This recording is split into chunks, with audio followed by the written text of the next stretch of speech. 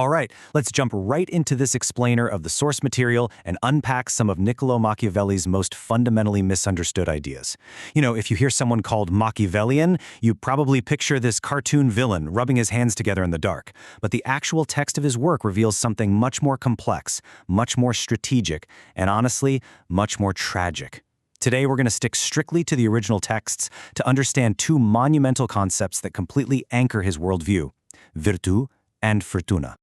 Now, we have to start by entirely dismantling what you think you know, because in this context, virtue absolutely does not mean being a morally good person. Actually, scratch that. If you go into reading Machiavelli carrying our modern or even the traditional ethical definition of the word virtue, you're going to fundamentally misinterpret his entire framework. So, let's define it. Machiavelli's actual concept of virtue comes from the Latin virtuous and the root vir, which translates a lot closer to manliness or just pure capability. He isn't talking about turning the other cheek or acting with righteous purity, not at all. Virtue is entirely about energy, boldness, and having the specific, aggressive qualities that actually get results in the real world. Basically, it's the sheer capacity to forcefully impose your own will onto a totally chaotic circumstance. It is a pretty shocking contrast when you really think about it. On one hand, traditional Christian goodness requires morality, meekness, spiritual purity. On the other hand, as the source text explicitly points out, a person can possess immense Machiavellian virtuo while being, in traditional Christian terms, completely wicked. Virtue is strictly amoral. It's an instrument of pure effectiveness. That means extreme adaptability and even a willingness to employ wickedness are perfectly valid tools if they get the job done. So, what does this actually look like in practice? Well, true virtue requires a highly specific toolkit: skill, energy, decisiveness, boldness, and above all, adaptability. And these are definitely not passive traits. They are hyperactive. To have virtue means you're constantly in motion, right? You're reading the board, making split-second decisions, and aggressively bending the world to your will. But look, every great protagonist needs an antagonist, and that brings us to Fortuna. If virtue is your internal capability to take action, Fortuna is the external, absolute chaos of the world acting upon you. It represents chance, sheer circumstance, the totally unpredictable flux of daily events. We're talking about the sudden economic collapse, an unexpected illness, a random betrayal by a close ally. It's literally everything you fundamentally cannot control. Now, Machiavelli actually gives us an exact mathematical estimate of these two forces. Drawn straight from chapter 25 of his writings, he outlines how much of our lives we actually author. He concedes that fortune, that chaotic flux, might be the arbiter of half of our actions. She controls 50% of the board. But crucially, he says she leaves the other 50%, or nearly so, completely up to us. Our virtue is to live and operate in that remaining 50%. Okay, so let's move on and see how this builds into an actual boots-on-the-ground strategy. Machiavelli doesn't just leave these as abstract floating concepts.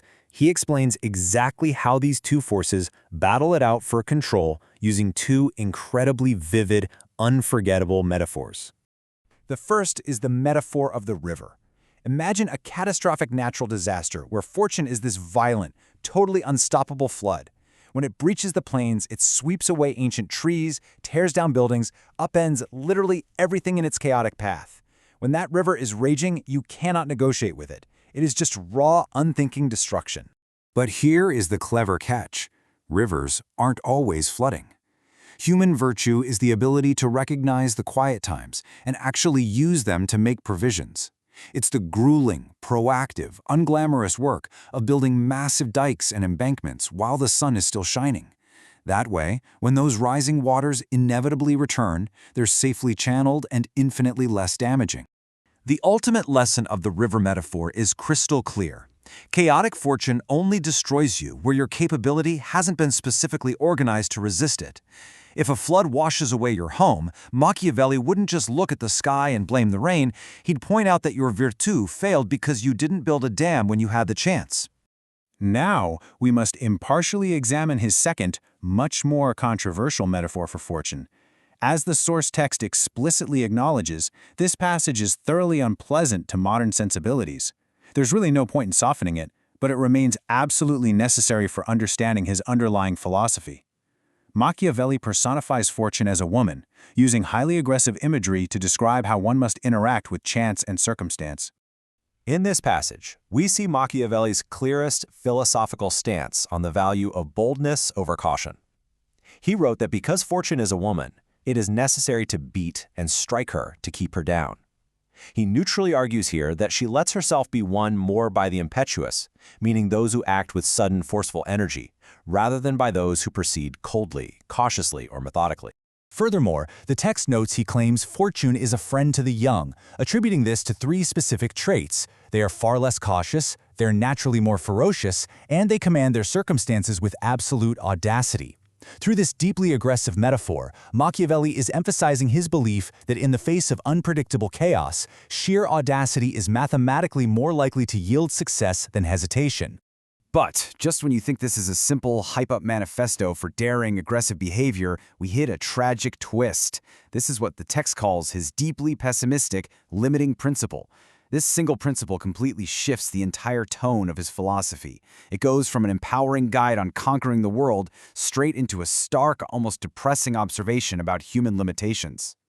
When you map out this ultimate realization, it's incredibly sobering. Step 1. You succeed when your specific mode of proceeding perfectly matches the times you live in. Step 2. Fortuna, being fundamentally chaotic, guarantees that your circumstances will suddenly change. Step 3, and this is the fatal flaw, almost no human being can fundamentally change their innate nature to match those new circumstances, which leads directly and inevitably to Step 4, utter ruin.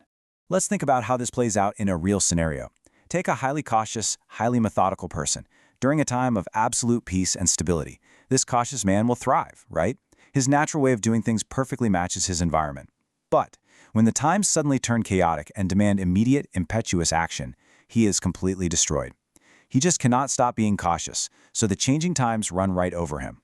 This deeply pessimistic realization completely undercuts the confidence of his entire book. The exact same virtue that made you successful can, and absolutely will, destroy you when the weather turns. That boldness that made a young commander victorious in battle, it's the exact same stubborn boldness that'll get him executed during a delicate peacetime negotiation. You're only successful as long as the world happens to align with your fixed personality. So after exploring all these intense concepts of capability, absolute chaos, and the rigid limits of human nature, I want to leave you with this final, provocative question.